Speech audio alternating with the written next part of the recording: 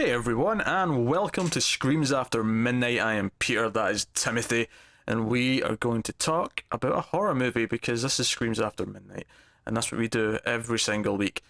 Now, for some reason, after one of the most horrific nights in recent history, we decided to take a film that had a 0% rating on Rotten Tomatoes because we figure, well, I mean, we're this depressed after the election. We might as well watch complete garbage.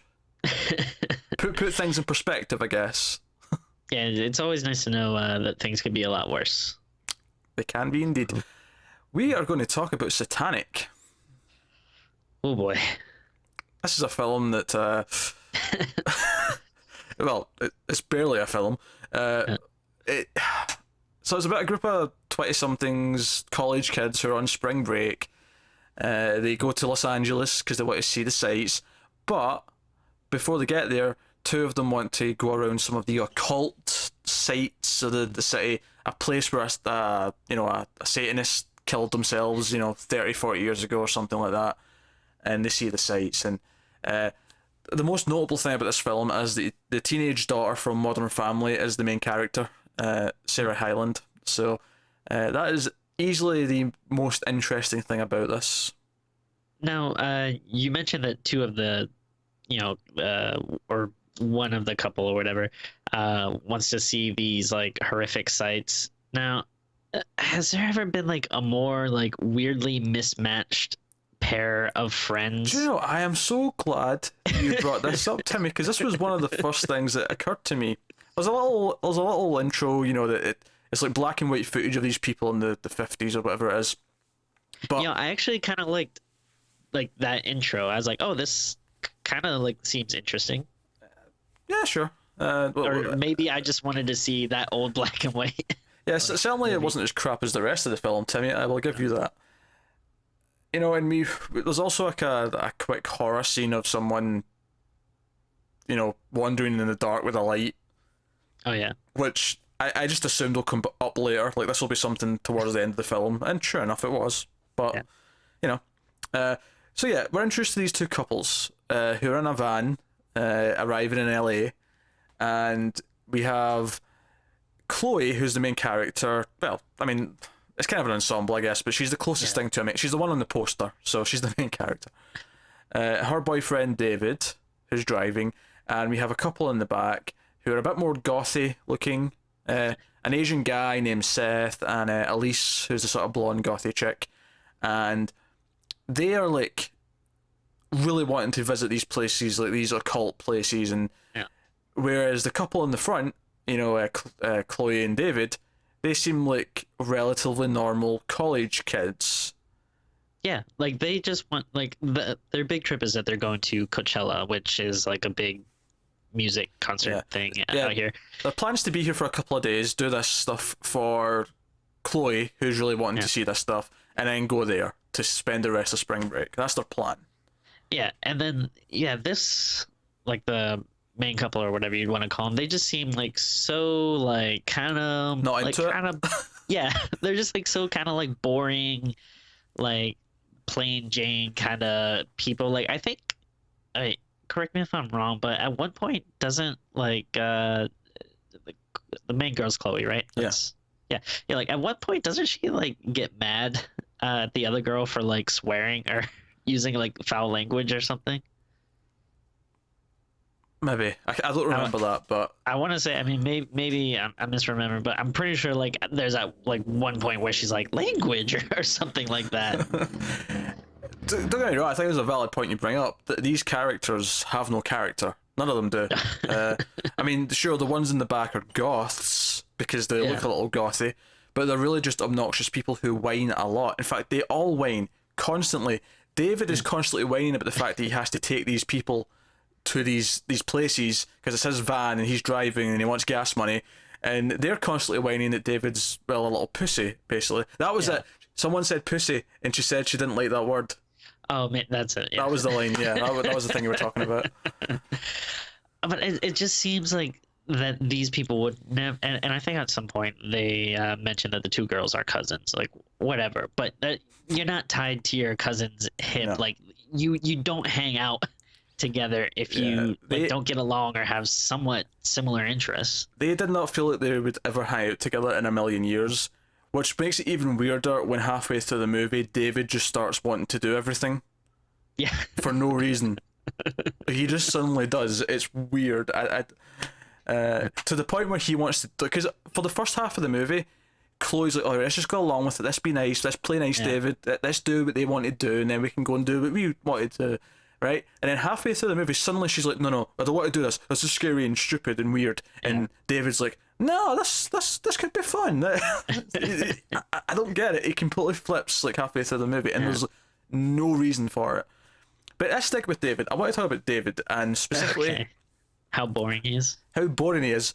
And I'm going to show you how boring he is through some dialogue that I Great. made a point of noting down, because it was really something else, right? We'll get into the main plot and everything they do in a minute, but so at one point Seth says that David needs to grow up here, right? Yeah. He's like, "David, you need to grow up here," and David responds with, "Yeah, I've got a pair, a big one." That's his comeback. Okay. I've got a pair, a big one. Okay. Later on, when they're following the Satanist, they're tailing someone, David just randomly says out loud, "Yeah, bitch, I know how to tail."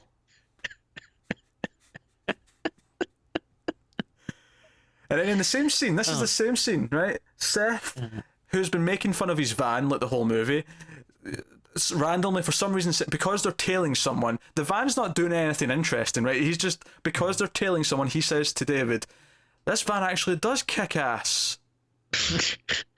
To which David responds, "Yeah, it's a stealth fighter," or I might have got the last word wrong, but it's a stealth fighter, a stealth bomber. It was something equally stupid. You know what, this, I feel like this actually kind of makes sense, because I feel like these characters are like just the worst, and maybe that's why they're hanging out with each other, because like literally no one else will hang out with them. And like even like I feel like everyone in this movie is kind of a poser. It's like even the like goth couple, like they don't really seem to know that much. Like they seem to just know kind of like, you know, like the Facebook headline versions of stuff. Like they'll see something, they'll be like, "Oh, like this is satanic," or something. Or they'll go to a store and be like, "Hey, can I have this?" And the guy's like, "It's like in ancient Greek." Like, what are you talking about?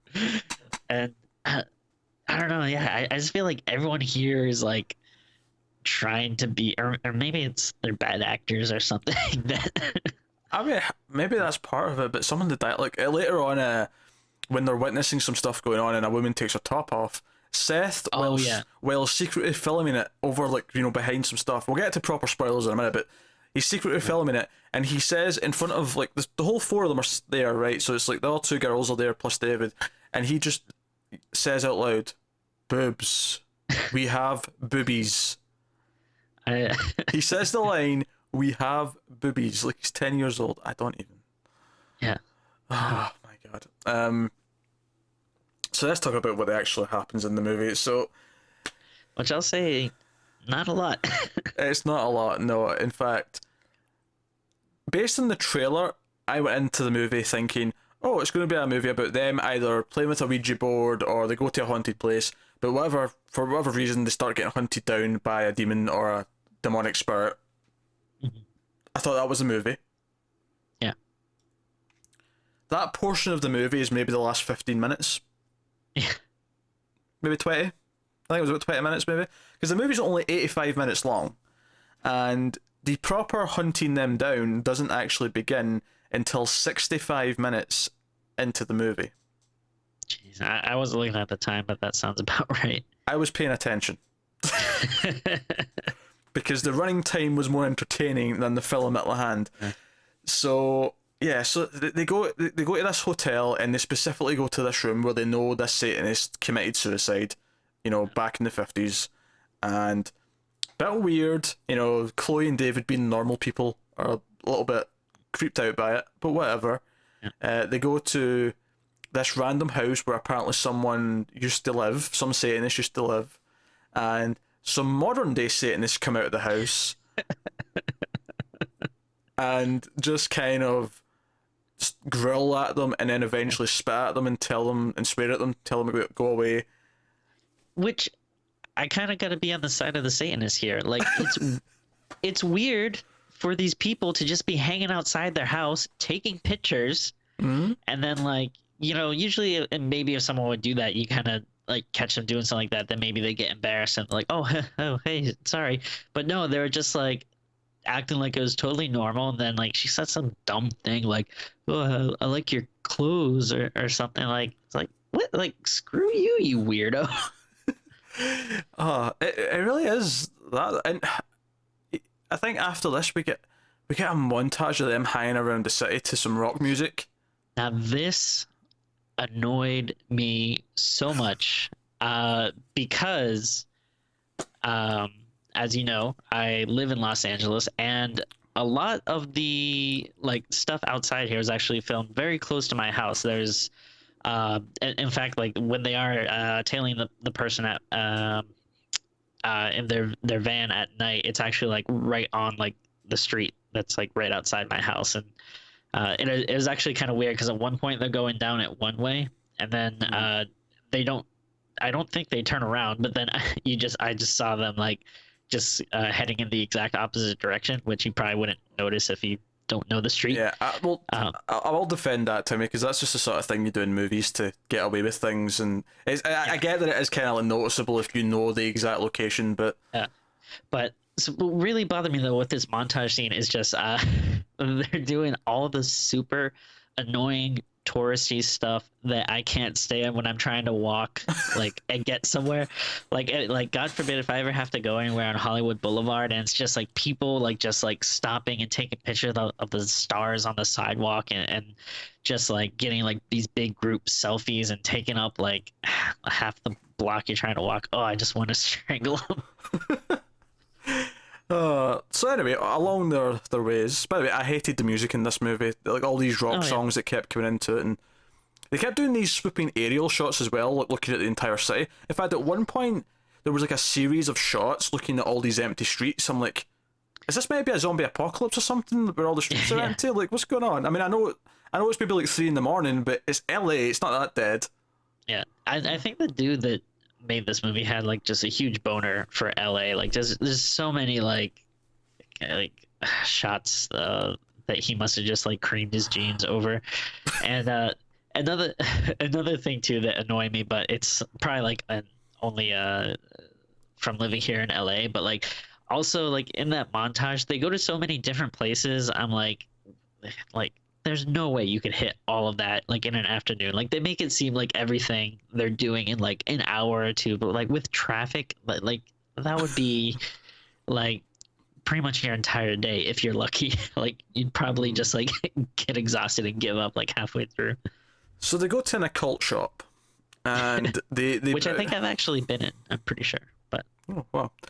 But they're browsing the occult shop, and the guy's a little bit hostile. You know, the guy running the shopkeeper's a little bit hostile. He's a skinhead, and he's, you know, well, he's a goth, but he's got a bald head. Yeah. And, you know, he's a little bit, you know, you couldn't read that book, so put it down, and whatever, and he gets a bit threatening.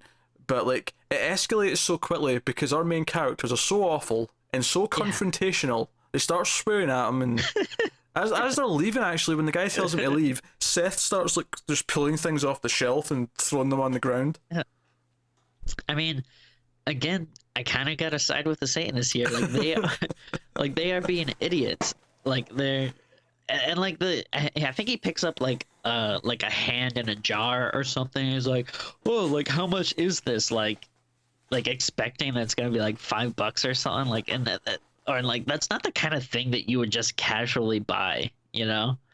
Like again, that's just I can't blame the Satanists for getting mad. These guys are clearly posers that don't know what they're doing, wasting his valuable time. I've got to say, I'm loving that the theme of this episode is I've got to side with the Satanists here. I've got to side with them. Oh dear.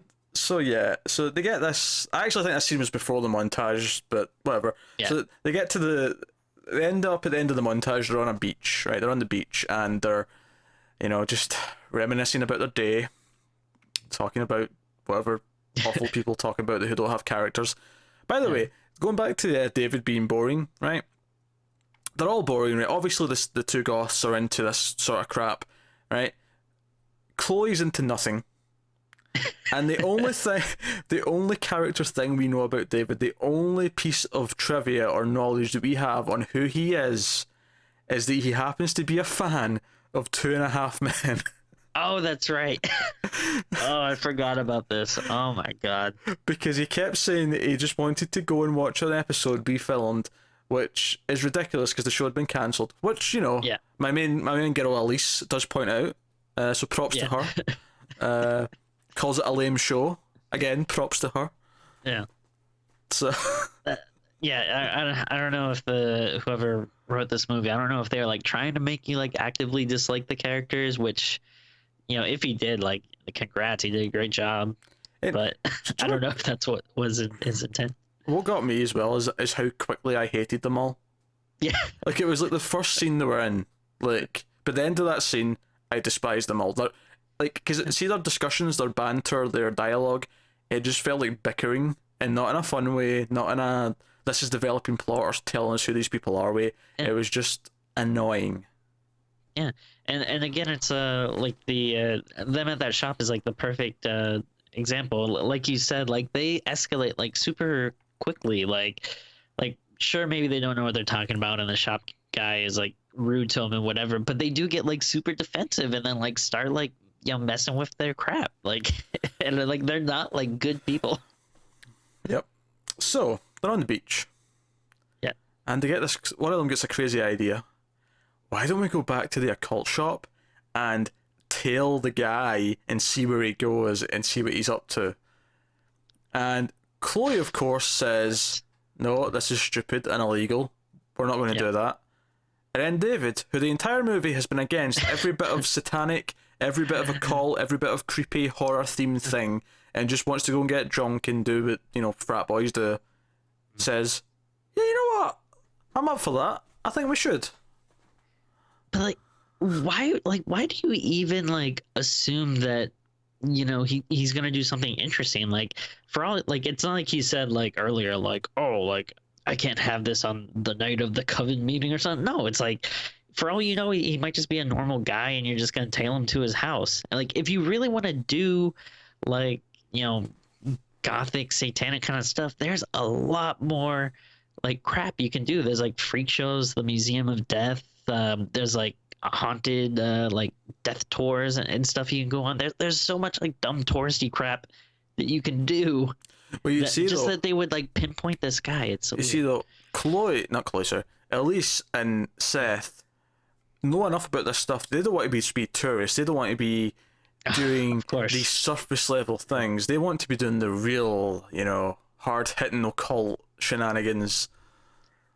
You're right, of course. How could I forget? I mean, just look at them. They just scream, authentic goth. They have black boots on, and she has like dark eyeliner. They're so gothy. Yeah. What are you talking about?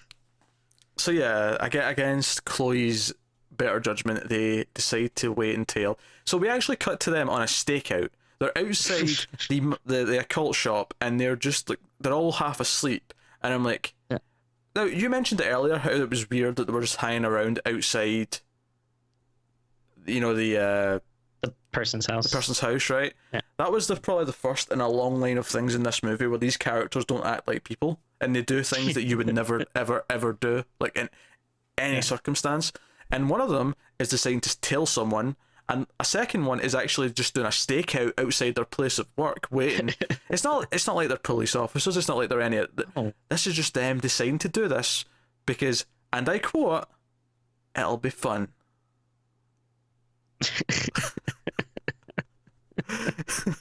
It'll be fun, Timmy. This is insane. Like I don't know if these people are just so boring that they cannot like plan a vacation, that they're kind of just like, maybe we can follow that one guy that we met. Like, it's so strange. It's worth mentioning that this is probably the point where we're going to get to some proper spoilers. If you want to, for some reason, go watch the movie yourself. I thoroughly do not recommend it. Do not do it. It is garbage. There is absolutely nothing to recommend about it. But just in case, 0%. I mean, admittedly, it's only got 5 reviews, which just tells you how many people even cared to go and review it. In fact, why are we doing this then? You picked it. don't look at me. Picked is a strong word. I don't know if picked. It was, that's a movie from this year. We should do that because we like to try and be thorough. Regardless of how obviously garbage it was going to be before we put it on.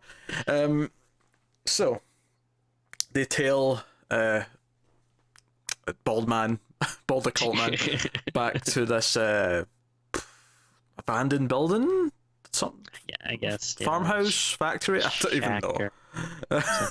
A structure of some kind. I wasn't really paying attention. By the way, this is a moment in the film where whilst they're walking to the location, they've got out their car and they're walking up to the building. It must be a farm because they mention a cow shit or something like that. And Elise says, because she steps in some of it and she goes, I have cow shit on my stockings. And then for some reason Chloe turns around and says, Elise, it's hot. And Elise says, is it? It's strange. And then they continue walking. Like, I have cow shit on my stockings. At least that's hot. Is it? Continue walking. Very, very strange. There's something fundamentally wrong with these characters. I don't understand the dialogue in this movie. 90% of the time, I don't get it. If it's not just painfully bland, it's flat out just not making sense. And I don't know. But anyway, so they're peeking through some, behind some boards, and they're watching this guy. He's met up with his cult, and they've got a ritual going. It's like super like cartoony the way there are these like big holes in the wall, and they're peering through like Scooby-Doo or something. Yeah, and they're all talking to each other, and I'm like, what? No one here. So it's not like the cult are all talking to each other, so there's a lot of noise. They're all being very quiet. Yeah, and Seth is like very obviously filming everything with his phone, and it's not like it's a huge mansion where they're super far away. Like, they're pretty close. Like, there's no way that they would not notice him. No way. And yet they don't. And yet they stand behind there bickering and talking about what they're saying.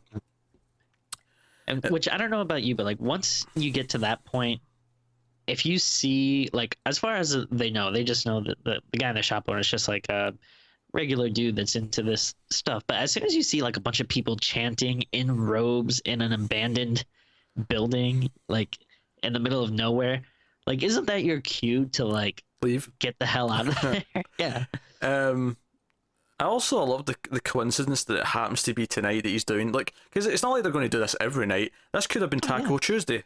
You could have, Especially like when you find out about the guy later on, that it's not even like they're a, like legit, extreme, like, yeah. Yeah, it's just, I don't know, it's the whole thing's just absolute bollocks. But anyway, so in walks this girl who looks like she might be about to be sacrificed or something. She takes off her robe, hence the line of the we got boobies from Seth. And it looks like they're about to stab her with this ceremonial blade. And of course Chloe can't let this happen and shouts out no. And then the girl, who we find out is called Alice, runs away.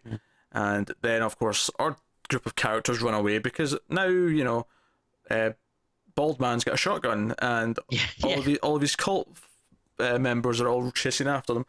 So they run away, get in their van and leave. Yeah. So we then get the next bit of forced like drama where, or I say forced, it's weird. I feel like the movie almost goes down like 3 different paths at different points and then does something really mundane instead. So Seth realizes that the phone he was filming everything on was dropped. So they're thinking, oh, the people have got, the cult's got his phone, so they're going to know what his name is, and they're going to know how to find him, and I thought, okay, is this where it's going? Like, the cult are going to mess with them, and that's where the plot's going. Mm-hmm. So, no, they get a phone call, from Alice, who was there, saying she found the phone, and that she wanted to give it back. So they go and meet her, and she gives them it back. She's a little bit weird, but she doesn't even ask for money. She just gives it back. Doesn't even delete the footage. Doesn't care. And I'm like, okay, is she like secretly working for the cult to lead to something? No. I thought maybe they would take her in, and then the cult would get mad and try to find them, and they'd have to protect her. No. But no. No. The first part of that's true though, and this is the next part where I really did not understand why the characters were like, because seriously, you're for about 20-year-old, I imagine, if you're in college, you're something in that range, 18 to 22, let's say. There's 4 of you. You're in Los Angeles for a couple of days. Do you decide to take in a homeless stray girl who doesn't even ask? This is a good point. She doesn't even ask. Chloe, like, the team just assume that she was looking for shelter. So Chloe convinces them that they should help her, and they go and pick her up after she's already left the scene. They actually go outside and find her. I meant to look down the street, she's not walked far, but they go and find her and say, hey, come back and stay in our hotel room. There's no reason for this. No one would ever do this. This is insanity. This is stupid. You're begging to be killed. You might, like, maybe you would, like, try to convince her to go to the police or something, or maybe go to the police yourself. But, like, no, just take her in. What? This is like, it's like they watched Texas Chainsaw Massacre and seen the scene of them picking up the hitchhiker, but thought, no, we want them to take her back to the hotel room, so we'll just have them do that, even though no one would. I mean, even hitchhiking nowadays, I feel like most people would never do it. No. Yeah. God, no. Because they might be a crazy axe murderer or worse. It's one of two things. It's either the person picking you up is a killer, or the person hitchhiking is a killer. It never works out for either party. Exactly. So she goes back to the hotel room. They start drinking, and I'm like, okay, we're like 45 minutes into the movie at this point. Where are we going? What's happening? Now, real quick, I forget if it happens now or if it happened earlier, but the scene where, like, Seth is, like, kind of trying to get everyone worked up, and he takes a beer and just shakes it, and then, like, opens it up and, like, just starts shaking it all over the room. Makes everyone smell of booze, yes. Yeah, like you're renting a room. Like, don't you, like, again, these people have no respect for anything. Not only does he spray booze everywhere in a room that they're renting, later on David has the audacity to complain that Alice is writing on the walls. Yeah. Like, she's messing up the walls. Like, I don't know, like, I'm assuming that they're doing, like, Airbnb, because it doesn't really look like a hotel room. But, that person is going to be pissed when they get back and they see, like, why is everything sticky? Why is there, like, admittedly, like, everything gets a lot more messed up later on, but yeah, still, it's smart people don't do this. No, they don't. They really don't. So they all start drinking, and eventually Alice, like, she tells more of the stuff because she recognizes the room, that it's the room that this woman killed herself in, and she gives more details about it, and we find out that she also tried to commit suicide at one point, and she talks about how one connects to Satan and all the rest of it, and how it's about being accepted and blah blah blah blah. She goes on. Then she starts dancing really sexy, looking slutty, to the music randomly. And all 4 of the characters, like the 2 couples, right, are just both sitting there watching, and they don't even look uncomfortable. They all kind of look like there's varying degrees. Like, the 2 guys look kind of turned on, and Chloe looks just kind of like amused. It's like they're watching a movie or something. Yeah, they're all just sort of sitting there being entertained. Alice is starting to get a little bit jealous because it looks like Alice is sort of looking over at Seth, like, more than anyone else. And eventually she does, like, sort of pick him up and says, like, come down. I say pick him up, you know what I mean? Like, takes his hand and says, dance with me. And they start dancing. Again, far too erotic for someone you just met who's homeless. and and especially like right in front of the person's girlfriend. Exactly. So then she kisses him. They start making out. And of course, Elise stands up and is like, "What the hell? What the hell?" Yeah. He continues to kiss. He doesn't break away. He doesn't go like, "Whoa, hey, what are you doing, crazy lady?" Yeah. He's in it. He's in it. She comes over, pulls him away, and then Alice grabs Elise and kisses her. Yeah. And I'm like, wait, is this a porno? Did I accidentally like pick a porno for this week? Because then after she's done kissing her, she pushes the two, like, you know, Elise and Seth together, and they start making out.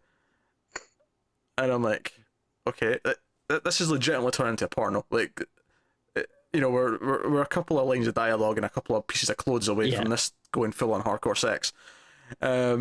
Just imagine like describing this vacation to like other people. Yeah. Like 3 years down the line, just being like, hey, remember that time you went to Los Angeles? Like, let's never talk about that. I just like the idea that they tell the friend like about all everything that happened once they leave, and I can just imagine them going, you know, I've got to side with the Satanists on this. Yeah. Oh dear. But then Alice starts freaking out. She turns off the music and she's like, I can feel her. She can feel the dead woman in the room. And she draws a pentagram on the wall and she's like, I can show you how to connect. And of course, Elise, who's completely forgiven her at this point already for the kissing and whatnot, is like, yeah, that's yes, like connect us to her. Do this. And Alice, you know, makes them all hold hands. She draws a pentagram. She then tries to make out with Chloe, who does pull away. She's the first person who, by the way, has pulled away from the homeless woman, try to kiss them.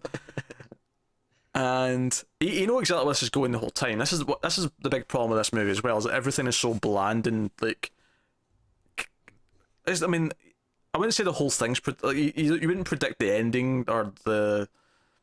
Well, you would predict the ending. You wouldn't predict what gets you to the ending at the start of the movie, but well, each scene on its own though is extremely predictable. You always know exactly where the scene's going. Now, there's a scene we didn't really talk about in the beginning where where they're just driving around and they see like this big kind of like abandoned warehouse and they see this woman like knocking on the window. Don't worry, Timmy, I hadn't forgotten about it. I was just waiting until it became relevant later on. Right, yeah. But I just wanted to see, like, speaking about predictability and stuff, like, did you see that coming like a mile away, like even right in the beginning, being like, yeah, that's gonna end up. At the beginning, I was like, all right, clearly this is something for towards the end. Like, this isn't just random. This is going to mean something later. I didn't necessarily call the exact reason for what it was. At that time, I didn't exactly call that, but then as it got closer to the end, I was like, oh, well, this clearly is going to loop back to that. Because they never actually mention where they are at the end, but when I immediately, as soon as they pulled up to the building, I'm like, okay, that's that building, right? Okay, I know exactly what's about to happen. God, this movie. So yeah, Alice slits her throat. Alice slits her throat because she's like, oh, I'm going to be the first, and then he will come to you one by one to call on you later. And she slits her own throat, and of course we get a quick montage of them at the police station. We don't hear any of the dialogue or anything like that. They kind of brush past it all, and we cut to them basically after they've left the police station, and they're like, okay, we're not allowed to leave town for a few days while they, you know, clear the investigation and make sure, you know. For a few days. The funny thing is, though, is I feel like wouldn't they just be allowed to? Because it's not like they're going to a different country. Surely they would be okay to. Because if they know they don't live there, would they not just be okay to go to their home state? I mean, I feel like it probably would depend on maybe how serious the crime is, or if they suspected anything of foul play. But I mean, yeah, I don't know. It's hard to tell. But I feel like they did definitely like make a more Actually, no, I can't really tell if they're making too big a deal of it or not big enough. Like, it seems like some people are just like, yeah, let's just get out of here. And then other people are like, are you kidding? We're part of a police investigation. Like, I don't know. Oh dear. So yeah, we're at like, yeah, we must be at like 50-minute mark in the clock at this point. Yeah. I don't know. So, and it's worth mentioning that the only thing the horror-esque that's, because everything that's happened to this point has just been an excuse for like scary. So like in the occult shop where the guy's looking, try to look, she's trying to look backstage, or I say back, you know what I mean, behind the curtain. Oh, yeah. And we get like a quick stupid ass jump scare. Yeah. There's a couple of crap jump scares. Obviously, there's the thing where they see the call and whatever. The only other thing though that's been even remotely horror-esque up until she slits her throat is like occasionally when something's supposed to be going on, we'll hear whispers in the soundtrack. There's like these whispering noises they put in, just to let you know, just in case you forgot that this is a horror movie. There's some whispers. But yeah, so she slits her throat. They decide to go to David's cousin's house in LA because he's not using it. He's away just now. Convenient. But Why weren't they staying there before? I know, but they'll be allowed to crash there for the time being. I'm going to point out a really annoying bit of dialogue here, actually. Well, I say annoying, just more of a plot hole than anything else. So basically, they say, "Okay, where's your cousin's house?" And David says, "Oh, it's in the Palisades." And then they say, "Okay, where's that?" And he's like, "Hell if I know." Fine, on its own, on its own, that's fine. If you've never been to LA, I don't know what the Palisades are. Whatever. Yeah. Right. When they get to his cousin's house, as soon as they walk in the front door, Seth says to him, "Where's the bathroom?" "Oh, it's up back there on the left." So he has no idea where the house is, but he's been there enough to know exactly where the bathroom is as soon as he walks in. Yeah, that is weird. A little bit strange. Like, unless he was taken there, like, blindfold or something, like, he'd have some idea. Like, oh, Yeah. Jesus Christ. So they're in the house. We're getting really close to the end, by the way. If you're thinking, oh, nothing's happened yet, you're right, nothing really has happened. Other than the girl slitting her throat, nothing really of interest has happened yet. Basically, Elise starts to feel a bit sick. And obviously we're like, oh, it's going to come for them one by one, blah, blah, blah. Right. And now we start to see who the real villain in the movie is, which is Scratches. That's like basically who the monster is. Well, what's funny is though, right, because she gets a little bit ill and like someone like, a pentagram appears on the steam, mirror. Like in the steam, like the condensed mirror, someone's drawing a pentagram. And then like the house goes crazy and there's like dead birds and pigeons everywhere and there's like, cutlery in the ceiling and utensils everywhere, whole thing. And it was funny because just before this happened, I was like, wait, what was the point of all the occult guy in the shop and that whole stuff at the start? Like, they spent so much time building these people up, and it kind of feels like they could have just met Alice, like, randomly, some other way, and, like, 20 minutes of time would have been cut from the movie. Probably would have made more sense. Yeah, because it was all this convoluted thing of them following this guy that led to her, then she found the phone somehow, and it led back to them, and, like, you could have just somehow came across her on your occult journey and that would have led to this instead. They do come out once more though, because after all this happens in the house, David assumes that it's the occult guy. So they go back to the shop and he like basically chases him down and punches him, and the guy reveals that, oh, no, we didn't kick Alice out of the cult for not doing what we wanted. We kicked her out because she was too extreme. She was way more hardcore than we are.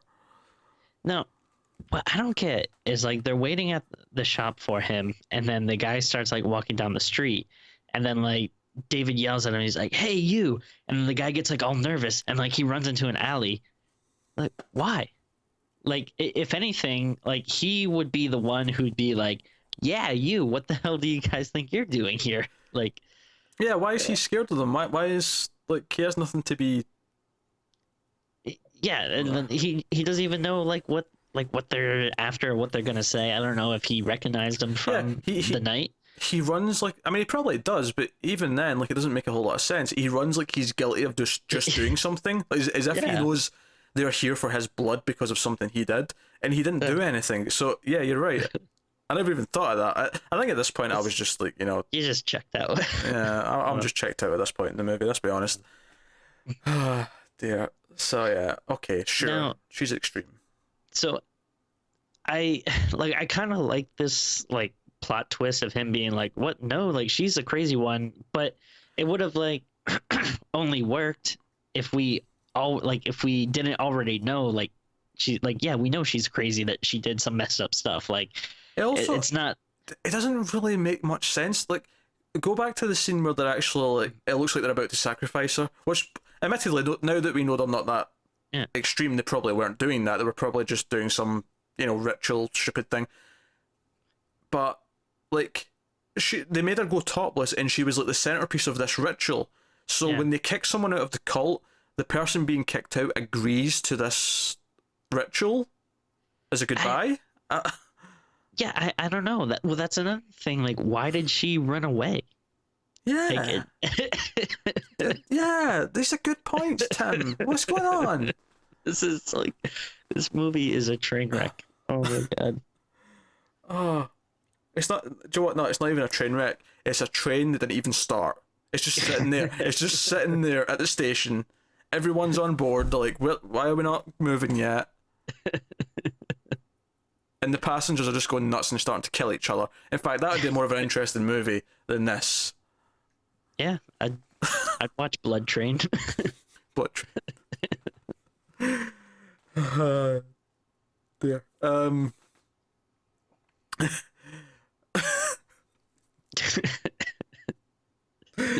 Oh god.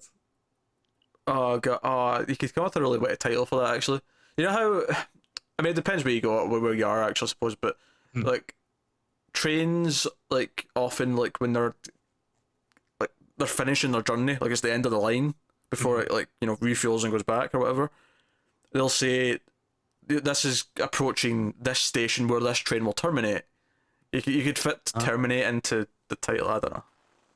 I'm trying to think of like something instead of locomotive, like psychomotive. Oh, there you go. Yeah, you like this one?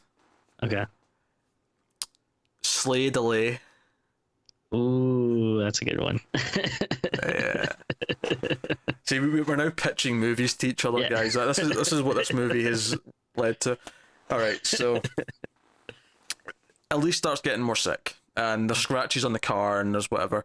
So we're about. Which I feel like she like super over freaks out about. Like granted, it is kind of like, whoa, what the hell?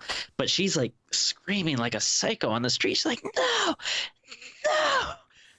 It's like, all right, well, you guys really don't know what's going on yet. Yeah, but she's getting sicker. So decide, screw this, we're leaving the city. We're getting out of LA. So they're driving out of the city. And on the way, Elise gets super sick, and they have to pull over. And she goes to a portaloo to be sick in. And we hear some extreme noises for like a second, and they open the door, and she's missing. She's not there. And I want to point out, at this point in the movie, there is less than like 15 minutes of screen time left. Like, we're that close to the end. I checked what I was at this point in the movie.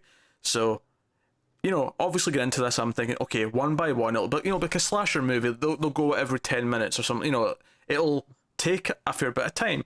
But there's 4 characters, and they only start going, 15, 20 minutes before the end of the movie. Mm-hmm.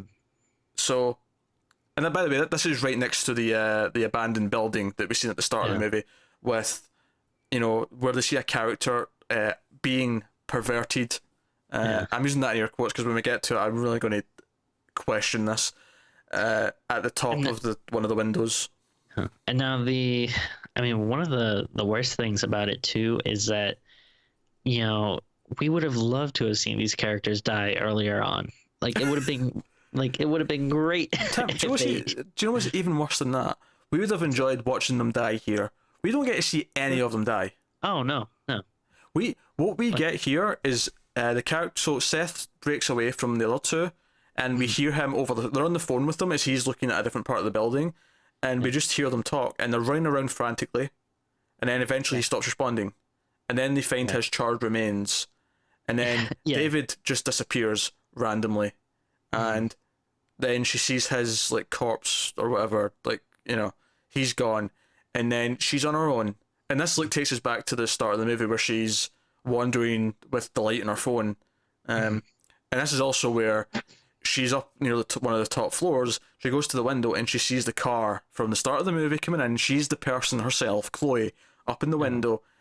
And what really got me here is at the start of the movie when they see her, they make a comment about how it's a pervert, right? Yeah. And to be fair, at the time, it looked like that. It looked like she was like humping the air. Yeah. That's what it looked like. And here, whenever we're up in the window, like next to Chloe, seeing she's like waving and screaming, going, "No, go back! Don't come to the city!" Right? Yeah. It cuts back down to the perspective of them in the car from earlier in the movie, and the camera looks up, and sure enough, it looks like she's humping. Yeah. It doesn't make sense. Like whenever it cuts to their perspective, she's like clearly thrusting. You know. Well, like it seemed like the window was open a little bit. Yeah. So why not stick your head out and like start screaming or something? Also, I'm in the beginning of the movie, like she takes a picture of it, right? Of the person in the window. It never gets brought up. She never looks at it. Yeah. She never looks at it once. But that's also like pretty weird though too, right? Like if they did think someone was doing something perverted, like if you thought like, hey, someone's having sex in that window over there, would you be like, oh, let me take a picture? Like, I just can't get over the continuity between the shots. Like one shot, she's like screaming and moving her hands. Next shot, from far away, thrusting. Yeah. Like it just doesn't add up. Like it's horrible filmmaking. It's horrible. Yeah, it's really bad. And then obviously it's like there's never been any like it's one of those like I feel like really lazy twists or surprises where it's like it doesn't make any sense. Like they never talked about any.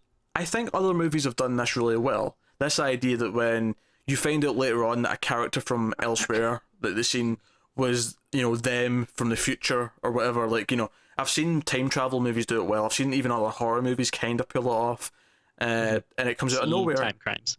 And it works. Time Crimes is a good example of that. So good. Yeah. So that's a French sci-fi movie, or is it Spanish? I think it was Spanish. Yeah. Yeah. Worth watching. But yeah, but the problem I have with this isn't that they do the twist. It's that you see it coming from about, like, you know, as soon as they get to that building, you know exactly what's happening. You get it. But it's not justified in any way. All we get for justification is that Alice at one point said, "Oh, hell's not a place. It's a glorious confusion." Confusion. It is a glorious confusion. Are you serious? That is your justification for... Because it's not like anything else is time travel related. Yeah. There's absolutely nothing else that happens in this last 10-15 minutes that it's like going to an earlier time in the movie or hinting that there's sort of like weird time looping or anything going on. It's just this one thing so that we can connect to the start of the movie and be like, hey, isn't that smart? Yeah. Didn't see that coming, did you? Yes, we did. Ooh. Asshole.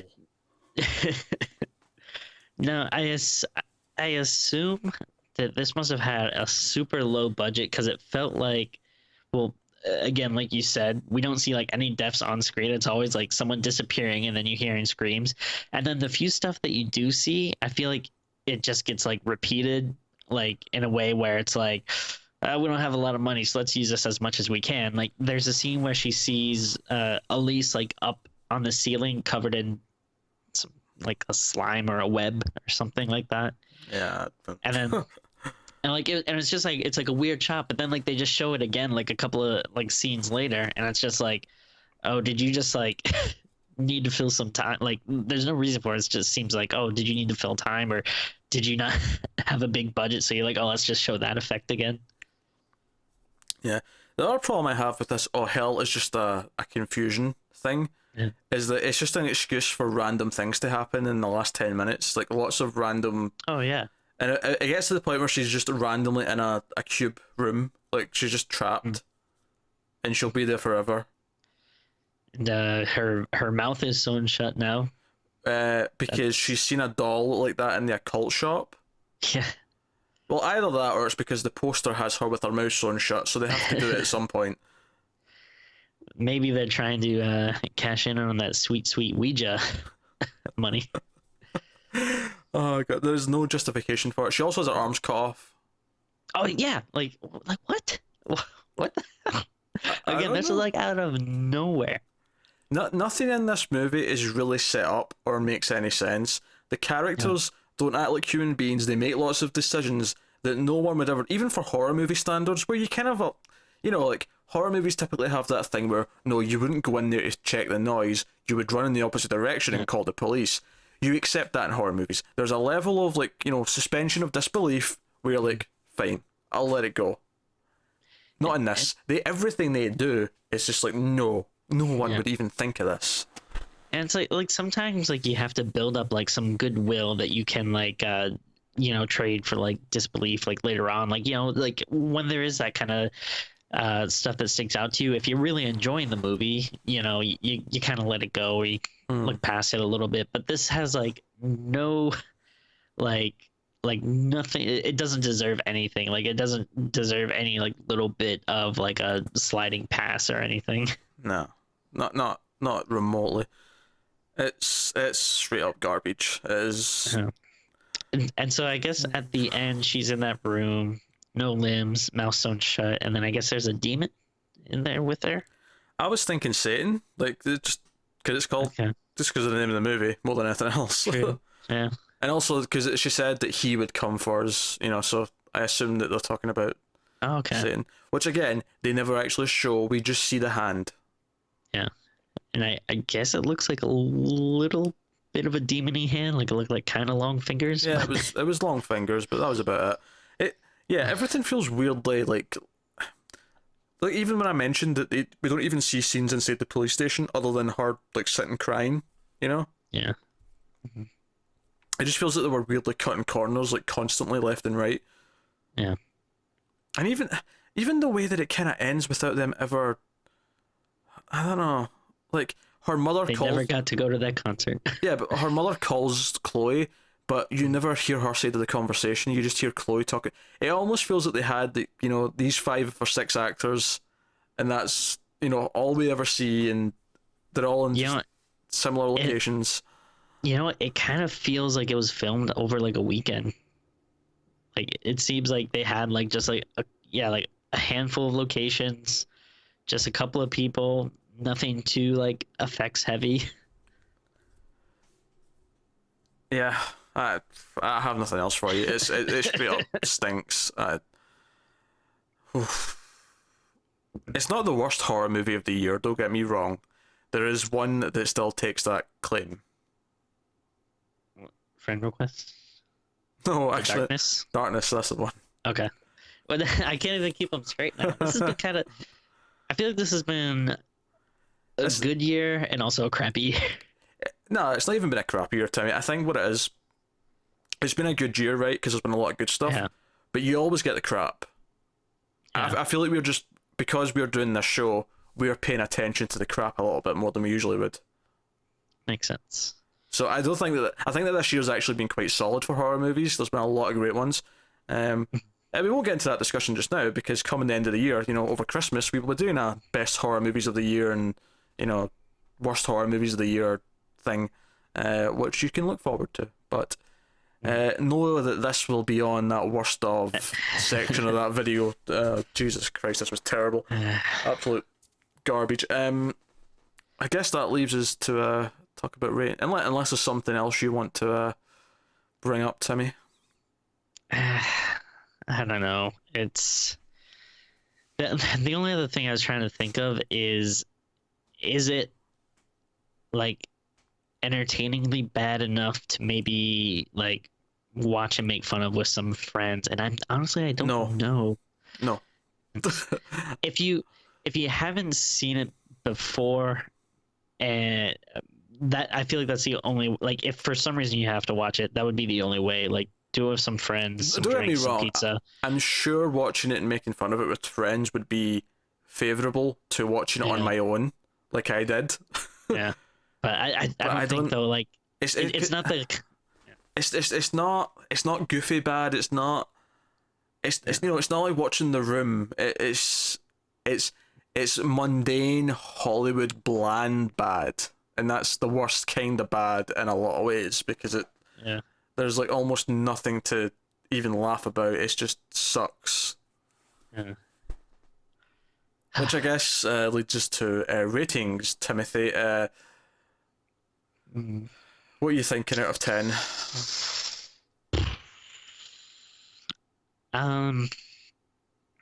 Yeah, I'm trying to think like I'm thinking a 2, but I'm trying to think like is there anything that maybe I can like bump it up a little bit? Like, is there anything I can be like, well, I kind of like this or kind of like that I can give it like 2.5? But I don't think I can. Like, I think I'm gonna have to go 2. I actually agree. 2 out of 10 is what I was going with. You're probably thinking we were that negative. Why not a 1? Because the darkness is worse. Yeah. This is this weird thing when a movie's this bad that you find yourself rating it in a weird or different kind of sense side of the scale where you're like, oh, it's not as bad as this and this, so I can't give it a 1, so therefore it gets a 2. Yeah, I think at the very, very least, like if there's a gun pointed to my head and I had to choose, like, you know, that would be interesting if someone put like, you know, darkness, friend request, forest, and this like, and like you had to choose. I don't know what I would pick, but I think this would definitely be down there. Yeah, it's tough. That sounds like a really weird way to play Russian roulette, Timmy. I'm not gonna lie. You know, and I feel kind of bad because like the main star, that girl from Modern Family, like I thought, you know, I think she's like pretty good actress. Like I think she did as good as she could with this material. I feel kind of bad for her, but I like her in that show. It's been a long time since I've watched it, admittedly. You'd think they would have made a Modern Family joke instead of like him obsessing about 2.5 Men. Like you think they'd have said Modern. Then again, you wouldn't go watch that be recorded because it's not a studio like multi-camera sitcom. But hey, whatever. All right, I think we're done. Are we? Are we done? We good? That went a while. Wait. Jesus Christ! Oh my gosh! Wait, I see us at the beginning of the podcast. I just want to tell us to turn around. Don't watch the movie. Don't do it. Don't do it. Oh God. Do you know what? If anyone would actually get that joke, I would have edited that into the start of the show. Oh God. But yeah, that's Satanic, guys. Do not watch it, and I think you probably got a bit more entertaining, you know, conversation out of us for that whole hour that we just spent talking about it than you get out of the movie. Which, by the way, if we talk for another 25 minutes, we are the same length as the movie. Wow. You know what I'll say? Maybe this is something we can start doing when a movie's really bad. But maybe we can like recommend something else people should watch. Like we mentioned, Time Crimes. That's a really good movie. And if you do want something good with admittedly, that's not a horror movie. That's worth it's a little more sci-fi. But if you do want a good horror movie with like devils and stuff, check out House of the Devil. That's a much better watch. I don't think there's not a multiplier or a number or there's no way to qualify or quantify the difference between this and House of the Devil. Yeah. Actually, there kind of is. I gave House of the Devil a 8.5 out of 10. I gave this a 2 out of 10. You can do the math. But if you're really jonesing for some sweet devil action, check that out instead. Yeah. All right. That was a good idea, Timmy. That has been Screams After Midnight, guys, for this week. Thank you very much for watching. Do remember that me and Timmy every weekend watch an episode of Tales from the Crypt. We're working our way through the show. We're on season 2. Episode 4 of that will begin up this weekend. Usually late on a Sunday night, so by all means check that out. Also check out the other stuff we do here on the channel. I think what might interest you more than anything else is the weekly reviews of The Exorcist and possibly Ash vs. Evil Dead, since those are the horror themed shows. Also Stream Queens as well, if you enjoy the horror comedy variety. But yeah, thanks very much for watching, guys. Like and subscribe and all that stuff. It helps us out a lot. Thank you very much once again. Keep watching scary movies. We'll see you next time.